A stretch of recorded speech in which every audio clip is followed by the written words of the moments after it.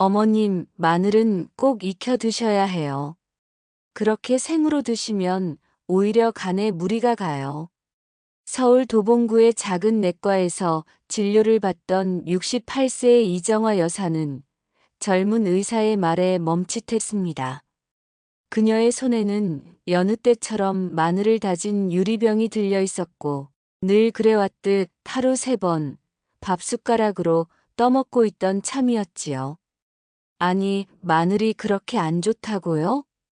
그녀의 목소리엔 당혹감이 실렸고 눈가엔 의심이 어려 있었습니다. 어릴 적부터 마늘은 만병통치약이라는 말을 들어왔던 정화 여사.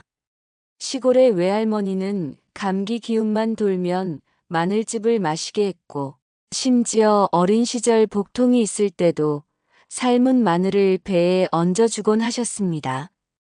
그런 기억 때문이었을까요? 정화 여사의 얼굴에는 지금 약간의 억울함과 동시에 자책감까지 비쳤습니다. 내가 혹시 잘못 알고 있었던 건가? 윗꼬리는 살짝 내려가고 손끝은 유리병을 쥔 채 떨리기 시작했습니다. 그런데 이런 정화 여사처럼 마늘을 매일같이 챙겨 먹는 분들 정말 많습니다. 특히 50대 이후가 되면 건강에 좋은 식품이라 하면 무조건 먼저 마늘을 떠올립니다. 고혈압 예방에 좋다, 항암 효과가 있다, 면역력을 높여준다. 이 모든 이야기가 마늘을 천연 보약으로 만들어버렸지요. 하지만 여기서 짚고 넘어가야 할 중요한 사실이 하나 있습니다. 마늘이 아무리 좋다 해도 잘못 먹으면 독이 된다는 사실입니다. 그게 무슨 말인지 고개를 갸웃하실 수도 있습니다. 하지만 실제로 마늘을 장기간 과다하게 혹은 잘못된 방식으로 섭취한 결과 간 손상과 기억력 저하, 심지어 암으로까지 이어진 사례들이 국내외 보고서에 등장하고 있습니다. 한 가지 사례를 들어보겠습니다. 서울의 한 대학병원에서 2023년 발표한 임상보고서에 따르면 60대 남성 어 씨는 매일 아침 공복에 마늘 45쪽을 생으로 씹어 먹는 습관이 있었습니다. 처음에는 혈압이 내려가고 몸이 가벼워지는 것 같아 오히려 좋아했지만 몇 달이 지나면서 이상 증세가 나타났지요. 심한 속쓰림과 간 수치 상승, 지속적인 두통, 결국에는 기억력이 급격히 저하되는 증상까지 겪게 되었습니다. 검사 결과는 충격적이었습니다. 어 씨의 간 수치는 정상 범위를 한참 넘겼고 MRI 영상에는 해마 부위의 위축이 포착됐습니다. 이는 단순한 위장 장애가 아닌 중추신경계 손상 가능성까지 시사하는 결과였지요. 여기서 전문가들은 한 가지 원인을 지목했습니다.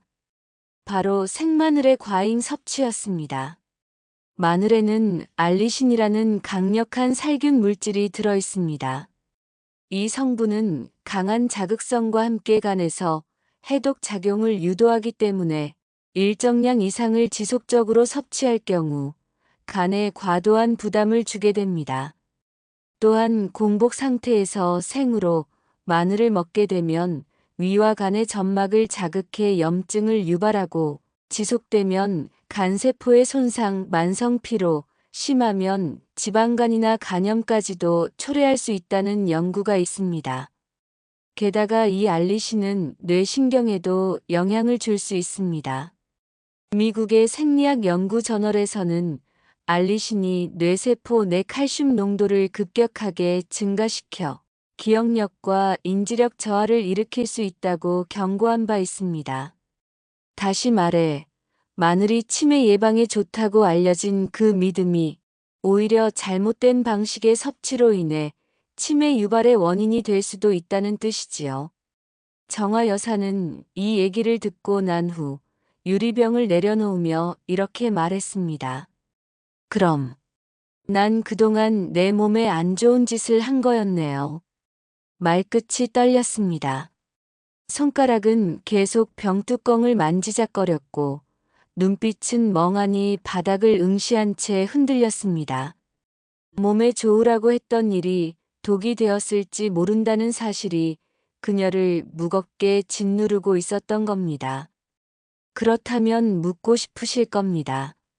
마늘을 아예 끊어야 하나요? 그럼 어떻게 먹는 게 좋은가요? 마늘이랑 같이 먹으면 좋은 음식은 뭔가요? 그 답을 이제부터 말씀드리겠습니다. 마늘은 여전히 놀라운 효능을 가진 식품입니다. 단, 올바르게 먹는 법을 알아야 보약이 되는 것이지요. 그리고 더 나아가 마늘과 함께 먹으면 효과가 극대화되는 음식들이 분명 존재합니다. 예를 들어, 간 해독을 돕고 알리신의 자극을 완화시켜주는 궁합 음식 3가지가 있습니다. 이 조합만 잘 기억해 두셔도 마늘이 독이 아닌 진짜 보약으로 작용할 수 있습니다. 자, 지금부터 함께 알아보겠습니다. 정화 여사처럼 건강을 위해 마늘을 먹고 계셨던 분들, 그 선택이 진짜 건강을 지키는 길이 될 수 있도록 우리가 꼭 알아야 할 마늘의 진실, 그리고 궁합 음식 3가지, 지금 시작합니다. 그러니까, 마늘이 간에도 안 좋다고요? 서울의 한 보건소 건강강좌에 참석한 50대 남성 김영수 씨는 강사의 말에 눈을 동그랗게 떴습니다. 뒷줄에 앉아있던 그의 아내는 팔을 살짝 치며 중얼거렸습니다. 거봐, 내가 아침마다 그렇게 많이 먹지 말랬잖아. 영수 씨는 무안한 듯 머리를 극적였습니다. 그의 얼굴엔 어디서부터 잘못된 걸까라는 표정이 서려 있었지요. 그는 평소에도 건강에 관심이 많았고 유튜브에서 본 마늘 건강법을 철석같이 믿고 실천 중이었습니다. 공복에 생마늘 34쪽을 물 한 잔과 함께 꿀꺽 삼키며 하루를 시작하는 루틴. 처음엔 입안이 얼얼했지만 습관이 되니 괜찮다 싶었습니다. 오히려 마늘 특유의 매운 향이 머리를 맑게 해주는 것 같았지요. 하지만 그게 착각이었을 줄이야. 강의실 스크린엔 이렇게 적혀 있었습니다. 마늘 속 알리신 성분, 간에 해가 될 수 있습니다. 마늘을 건강식으로 알고 있는 대부분의 사람들에게 이 말은 충격일 겁니다. 그렇다면 도대체 왜 어떻게 간에 무리가 간다는 걸까요? 마늘 속 주요 성분인 알리신 ALLICI에는 강력한 항균 및 살균 작용을 하는 화합물입니다. 마늘을 자르거나 으깨면 생성되는 이 알리신은 감염 억제, 염증 감소, 콜레스테롤 개선 등 다양한 긍정적 기능이 있지만 바로 이 강력함이 문제입니다. 알리신은 독성에 가까울 정도로 자극성이 강하기 때문에 공복 상태에서 생으로 다량 섭취할 경우 위점막뿐 아니라 간세포까지 자극해 손상을 줄 수 있습니다. 특히 간은 우리 몸의 해독 공장을 담당하는 장기입니다. 외부에서 들어오는 독성 물질, 알코올, 약물, 그리고 강한 자극성 성분을 처리하기 위해 쉬지 않고 작동하지요. 그런데 마늘을 지속적으로 과다 섭취하게 되면 간이 이 알리신을 해독하는데 과도한 에너지를 소모하게 되고 이로 인해 간세포가 피로해지거나 간 효소 수치가 상승할 수 있습니다. 실제로 2022년 발표된 한국식품영양과학회의 연구에 따르면 건강보조식품 형태의 마늘 추출물을 하루 800mg 이상 섭취한 실험 참가자들 중 일부에게서 ALT와 AST 수치가 비정상적으로 상승하는 부작용이 보고되기도 했습니다. 이는 간의 효소 활동이 비정상적으로 증가했음을 뜻하는 지표입니다. 즉, 간세포가 손상되고 있다는 신호인 셈입니다.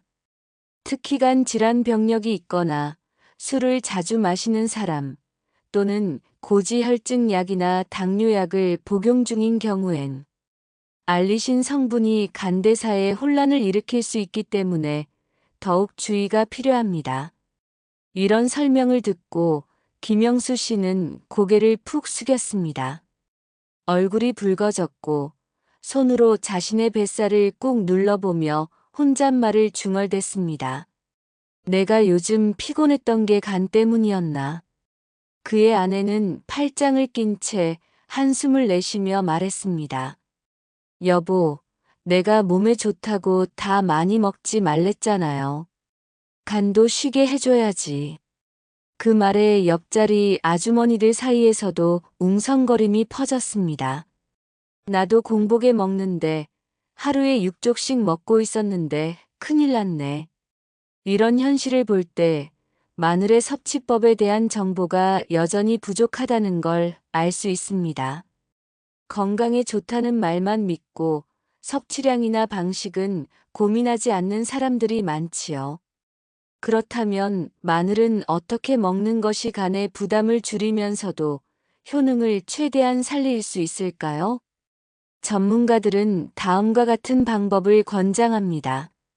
1. 익혀서 섭취하세요. 마늘을 굽거나 삶거나 볶는 등의 조리 과정을 거치면 알리신이 상대적으로 줄어들고 위장과 간에 주는 자극도 낮아집니다. 특히 구운 마늘은 단맛이 올라오고 부드럽게 익은 조직이 소화 흡수에도 좋습니다. 2. 공복 섭취는 피하세요. 공복엔 위산 농도가 높고 위 점막이 민감한 상태입니다. 이때 생마늘이 들어가면 점막을 자극해 염증과 통증을 유발할 수 있으며 그 자극이 간으로 이어질 수 있습니다. 식사 중 혹은 식후에 소량 섭취하는 것이 가장 좋습니다. 3. 하루 12쪽이면 충분합니다. 과유불급이라는 말처럼 마늘도 많이 먹는다고 더 건강해지는 건 아닙니다. 하루 12쪽이면 일반 성인 기준으로 충분한 효과를 기대할 수 있습니다. 마늘즙이나 마늘황 같은 보조제 형태로 먹을 때도 제품에 표시된 적정량을 지키는 것이 중요합니다. 이 세 가지만 기억해도 마늘이 간에 부담을 주는 독이 아니라 몸을 따뜻하게 하고 면역력을 끌어올리는 보약이 될 수 있습니다. 강의가 끝나고 돌아가는 길 김영수 씨는 집에 도착하자마자 식탁 위에 놓인 유리병부터 집어들었습니다. 병 안에는 아침마다 먹던 다진 생마늘이 가득 담겨 있었지요. 그는 잠시 고민하다 병뚜껑을 닫고 냉장고 가장 아래 칸에 조심스럽게 밀어 넣었습니다. 아내는 그 모습을 보고 고개를 끄덕이며 말했습니다. 이제부턴 익혀서 드세요. 구운 마늘은 제가 매일 해드릴게요. 영수 씨는 살짝 웃으며 고개를 끄덕였습니다. 이제부터라도 바른 방법으로 건강을 챙기겠다는 약속처럼요. 주방에 은은하게 퍼지는 고소한 향. 팬 위에서 지글지글 익어가는 통마늘 몇 알이 갈색으로 물들자 옆에 앉아있던 아내는 웃으며 말했습니다. 여보, 오늘부터는 제대로 먹는 거예요. 마늘이랑 같이 먹으면 간이 더 좋아지는 음식 내가 찾아봤어요. 김영수 씨는 소파에서 슬리퍼를 끌며 주방 쪽으로 다가왔습니다. 머리카락엔 흰머리가 몇 가닥 삐죽 솟아 있었고 거칠어진 손등을 슥슥 비비며 말했지요. 마늘도 해롭다니 이제 뭘 믿고 먹어야 하나 싶더라고. 근데 같이 먹으면 더 좋은 음식이 있다고. 그의 눈엔 약간의 기대감과 의심이 동시에 담겨 있었습니다. 그간 건강을 위해 마늘을 꾸준히 먹어왔건만 잘못된 방식이었다는 사실에 자신감이 흔들린 탓이었습니다. 아내는 그런 남편의 속내를 아는 듯 다정하게 접시를 내밀며 말했습니다. 여기요. 오늘부터 하나씩 먹어봐요. 마늘이랑 함께 먹으면 간에 보약이 되는 음식들이래요. 접시엔 마늘 외에 몇 가지 음식이 놓여 있었습니다. 하나는 선명한 녹색의 브로콜리, 다른 하나는 짙은 자줏빛의 비트, 그리고 마지막으로 노란빛이 도는 올리브유를 살짝 뿌린 두부가 보였습니다. 영수 씨는 눈썹을 치켜 올리며 중얼거렸습니다. 이게 마늘이랑 어울려. 아내는 씩 웃으며 손가락으로 하나씩 집기 시작했습니다. 그럼요. 자, 먼저 브로콜리부터. 1. 마늘 브로콜리 간 해독의 황금 조합. 브로콜리는 대표적인 간 해독 식품입니다.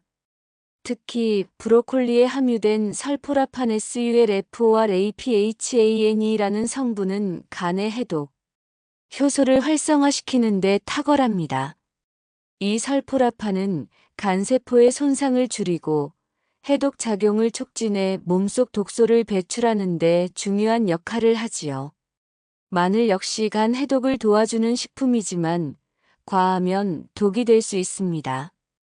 바로 이때 브로콜리가 마늘의 자극성을 완화하고 간세포를 보호하는 우산 역할을 해줍니다. 두 식품을 함께 볶거나 살짝 데쳐서 샐러드로 먹으면 맛도 조화롭고 영양학적으로도 균형이 잡힙니다. 특히 마늘 특유의 매운맛이 브로콜리의 담백함과 어우러져 식욕도 자극하지요.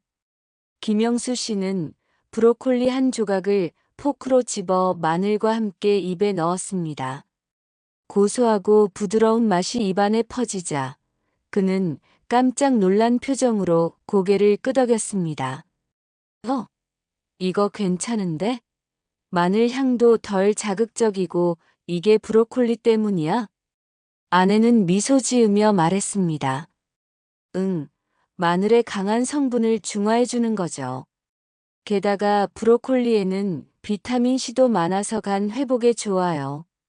그 말에 영수 씨는 다시 젓가락을 들어 브로콜리와 마늘을 함께 집었습니다. 2. 마늘 비트 간세포 재생을 돕는 붉은 보약. 다음으로 등장한 음식은 비트였습니다. 보기엔 평범한 뿌리채소지만 그 안엔 엄청난 간 회복의 비밀이 숨어 있습니다. 비트에는 베타인베세이아인이라는 성분이 들어있는데 이 성분은 간의 지방 축적을 줄이고 간세포가 스스로 재생하도록 돕는 작용을 합니다. 특히 술을 자주 마시는 사람이나 지방간 위험이 있는 사람에게 매우 효과적인 식품이지요. 마늘이 간 해독을 유도하면서 자극을 줄 수 있을 때 비트는 간세포의 회복의 시간을 제공해주는 천연 회복제 역할을 합니다. 영수 씨는 비트 특유의 단맛이 부담스럽지 않을까 걱정했지만 아내는 센스 있게 레몬즙을 살짝 뿌려낸 비트 샐러드를 준비해 두었습니다. 그리고 그 위에 올리브 오일에 살짝 볶은 마늘 조각을 올려 내놓았지요. 한입 베어 문 영수 씨는 입을 오물거리며 말했습니다. 이거 맛이 묘하게 상큼하면서도 고소하네.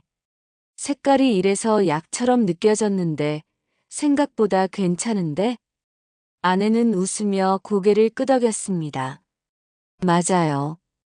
비트랑 마늘이 만나면 간 해독은 물론이고 혈관도 깨끗해진대요. 게다가 비트는 항산화 효과도 있어서 치매 예방에도 좋고요. 그 말을 듣자 영수 씨의 눈이 반짝였습니다. 치매 예방? 그럼 더 먹어야겠는걸. 3. 마늘 올리브유 간과 혈관을 동시에 지키는 궁합.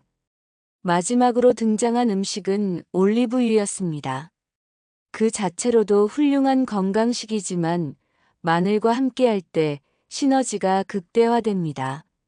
마늘 속 알리신은 기름과 만나면 지용성 화합물로 변화하며 체내 흡수율이 훨씬 높아집니다.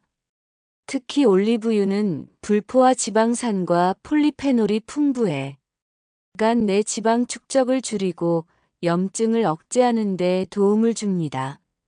게다가 마늘을 올리브유에 저온에서 천천히 익히면 그 자극적인 성분은 줄어들고 고소하고 부드러운 풍미만 살아나 간도 덜 피로하고 위도 편안하게 유지됩니다.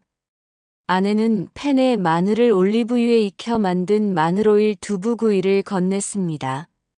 부드러운 두부 위에 마늘향이 은은하게 배어들고 겉은 바삭하게 구워진 식감. 영수 씨는 젓가락을 멈출 새 없이 계속 두부를 집어 먹었습니다. 이거 술안주로도 딱인데? 그럴 줄 알았어요. 근데 술은 줄이고 이거로 건강 챙기세요. 두 사람은 웃으며 눈을 맞췄습니다. 마늘을 맹신했던 영수 씨에게 새로운 식단이 생겼고 그의 식탁엔 혼자 하는 건강이 아닌 함께하는 건강이 시작되고 있었습니다.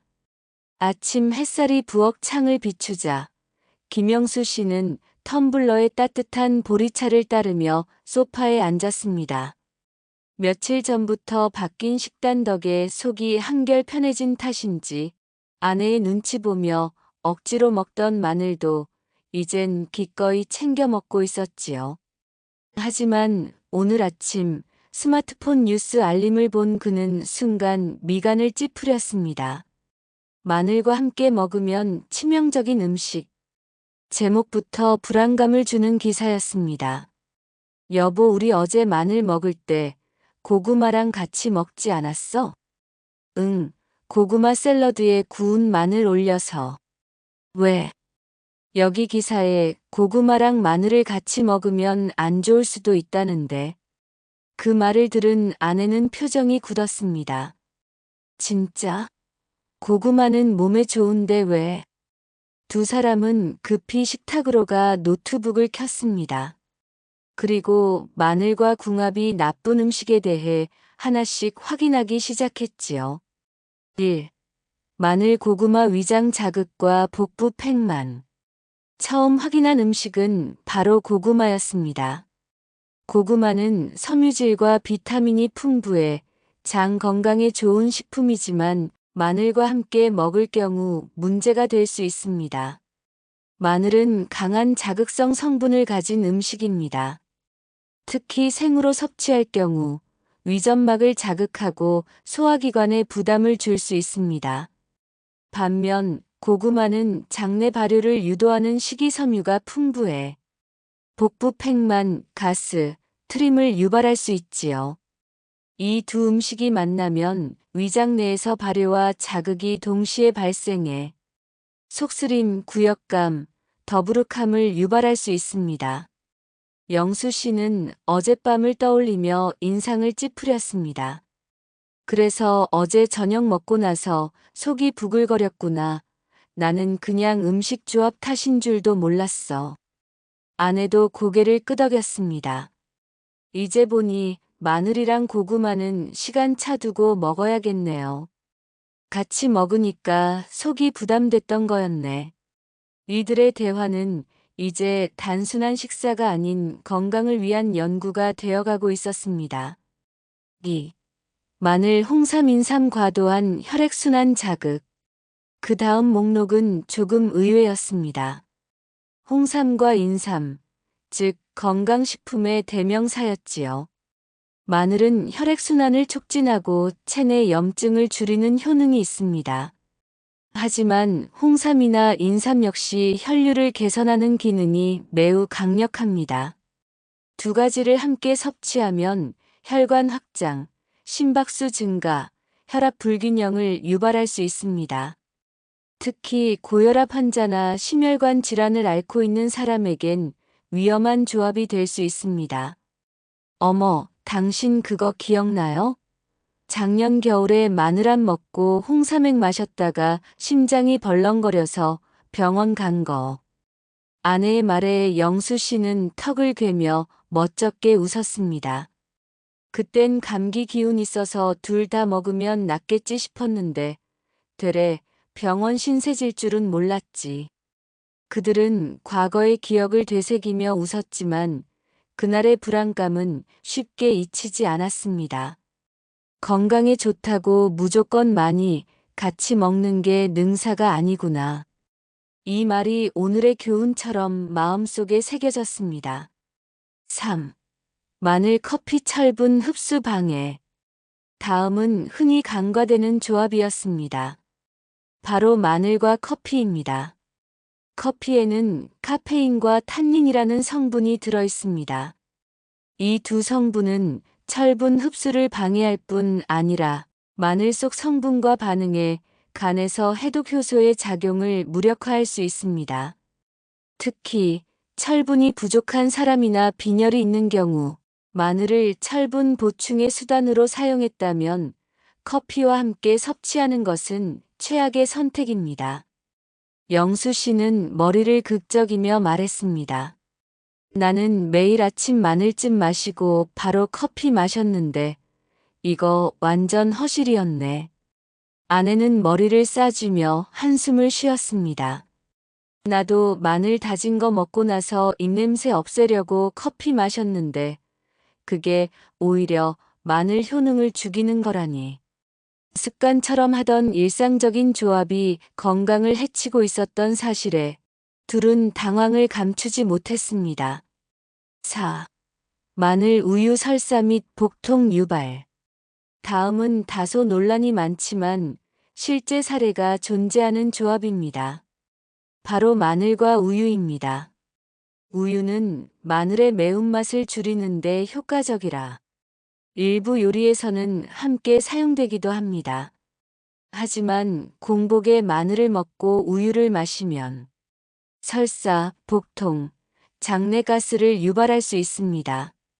특히 유당불내증이 있는 사람이라면 그 위험은 더 큽니다. 마늘의 항균 성분이 장내 유익균까지 공격할 수 있고 여기에 우유의 지방과 유당이 결합하면서 장이 과도하게 민감해질 수 있기 때문입니다. 영수 씨는 무거운 목소리로 말했습니다. 며칠 전에 속이 울렁거려서 마늘즙 마시고 우유 한 잔 마셨는데 그날 하루 종일 화장실 들락날락했지. 이제야 알겠네요. 그때 그게 원인이었네요. 그들은 지금껏 몸에 좋다고 믿고 무심코 함께 먹었던 조합들이 오히려 건강을 해치고 있었던 사실에 놀랐습니다. 하지만 후회보다 중요한 건 지금부터 바꾸는 것이라는 걸 깨달았습니다. 마늘 혼자 먹기보다 올바르게 먹기가 중요합니다. 마늘은 약이 될 수도 독이 될 수도 있는 양날의 검입니다. 그 자체로는 훌륭한 식재료이지만 무엇과 함께 먹느냐, 어떤 상황에서 섭취하느냐에 따라 그 결과는 극명히 달라집니다. 이날 저녁 영수 씨와 아내는 식탁에 앉아 다시 마늘을 준비했습니다.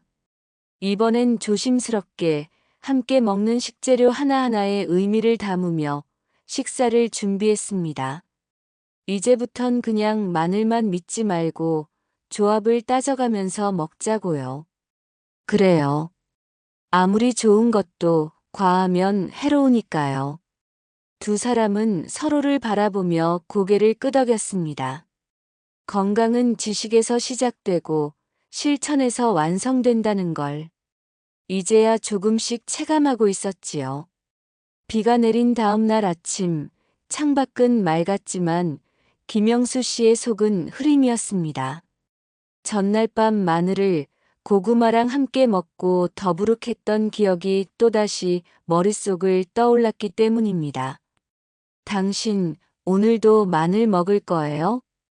아내가 물었습니다. 그녀의 손엔 갓 찐 감자가 들려 있었습니다. 먹어야죠. 이젠 어떻게 먹어야 하는지도 좀 알아야겠어요. 영수 씨는 이마를 짚으며 중얼거렸습니다. 공복에 먹으면 좋다던데 맞긴 한 건가? 그는 손가락으로 스마트폰을 쓸며 검색창에 타이핑을 시작했습니다. 마늘 공복 섭취 효과. 공복에 먹는 마늘 부작용. 결과는 놀라우리만큼 엇갈렸습니다. 한쪽에서는 마늘 공복 섭취는 최고의 해독법이라 했고, 다른 쪽에서는 공복 섭취는 위장 질환을 유발할 수 있다고 했습니다. 누구 말을 믿어야 할까요? 1. 공복 마늘, 정말 해독에 좋을까? 먼저 눈에 들어온 건 한 한의사의 칼럼이었습니다. 공복 마늘 섭취는 혈액 정화, 위장 내 독소 제거, 기생충 억제에 효과적이다. 특히 날 것으로 먹을 때 알리신 성분이 활성화되어 항균 효과가 극대화된다는 설명이었습니다. 영수 씨는 고개를 끄덕였습니다. 그래, 나도 예전에 공복에 마늘 먹고 나서 몸이 개운했던 기억 있어. 하지만 아내는 반박했습니다. 근데 당신 그때 위가 쓰리다고 약도 먹지 않았어요? 기억은 편리하게 긍정적인 면만 남겨놓고 있었지만 그 이면에는 분명히 불편한 부작용도 있었던 겁니다. 마늘은 공복에 섭취할 경우 위산 분비를 촉진시키고 알리신이라는 강한 유기 황화합물이 위 점막을 자극해 속쓰림, 메스꺼움, 심하면 위염을 유발할 수 있습니다. 특히 위장이 약한 사람, 공복에 커피나 찬물을 자주 마시는 사람에겐 공복 마늘 섭취는 독이 될 수도 있습니다. 2. 위장이 약한 사람은 꼭 이 방법으로. 그래서 위장이 예민한 사람들은 어떻게 마늘을 먹어야 할까요? 익혀서 섭취 마늘을 굽거나 삶아 먹으면 자극 성분이 줄어들고 소화가 쉬워집니다. 식후 섭취 위에 음식이 어느 정도 있는 상태에서 마늘을 먹으면 위벽이 보호되어 자극이 덜합니다. 마늘 분말, 마늘 환이용 생마늘보단 자극이 적고 흡수율도 높습니다. 기름에 볶아 먹기 올리브유나 들기름에 살짝 볶아 먹으면 지용성 성분의 흡수율이 올라가고 맛도 부드러워집니다. 영수 씨는 고개를 끄덕이며 냉장고에서 꺼낸 통마늘 몇 알을 껍질째 구웠습니다. 노릇노릇하게 익은 마늘은 기름을 머금어 반짝였고 구수한 향이 주방을 가득 채웠습니다. 이제 좀 안심돼요. 그냥 날 걸로 먹는 것보다는 훨씬 부드럽고 속도 편할 것 같아. 아내는 마늘을 접시에 담으며 말했습니다. 우리는 우리가 생각했던 것보다 위가 예민한 편이에요. 몸이 다 말해주고 있었던 거죠. 3. 마늘 먹기 가장 좋은 시간대는? 그렇다면 마늘은 언제 먹는 게 가장 좋을까요? 아침 공복 섭취는 위가 건강한 사람에게만 적합하고 대부분은 아침 식사 직후 또는 점심 직후 섭취가 가장 좋다고 합니다. 이 시간대는 위산이 적당하고 다른 음식과 함께 마늘의 흡수를 도울 수 있기 때문입니다. 특히 점심엔 마늘의 에너지 대사 촉진 효과가 하루 활동에 긍정적인 영향을 미칩니다. 또한 이 시간대에 먹으면 입냄새 걱정도 덜합니다. 오후까지 수분 섭취와 침 분비로 냄새가 어느 정도 희석되기 때문이지요. 영수 씨는 시계를 봤습니다. 오전 11시 40분. 점심시간이 다가오고 있었습니다. 여보, 오늘은 점심에 마늘 넣은 달걀볶음밥 어때요? 아내는 눈웃음을 지으며 고개를 끄덕였습니다. 좋아요. 다진 마늘 기름에 먼저 볶으면 향이 정말 좋아지거든요. 그들은 식재료가 아니라 건강 습관을 조리하는 느낌이었습니다. 무심코 넘겼던 마늘 한 토리, 이제 그들 삶의 중심에서 빛나기 시작한 것입니다. 4. 마늘 섭취 후 피해야 할 행동 3가지. 점심 식사 후 마늘볶음밥을 맛있게 먹고 난 뒤 영수 씨는 자신도 모르게 손을 뻗었습니다. 아, 커피 한 잔 마셔야겠다. 그때 아내가 그 손을 가볍게 잡았습니다. 잠깐만요. 마늘 먹고 커피 마시면 철분 흡수 안 된다잖아요. 순간 그는 아차 싶었습니다. 습관이란 게 얼마나 무서운지를 실감한 순간이었습니다.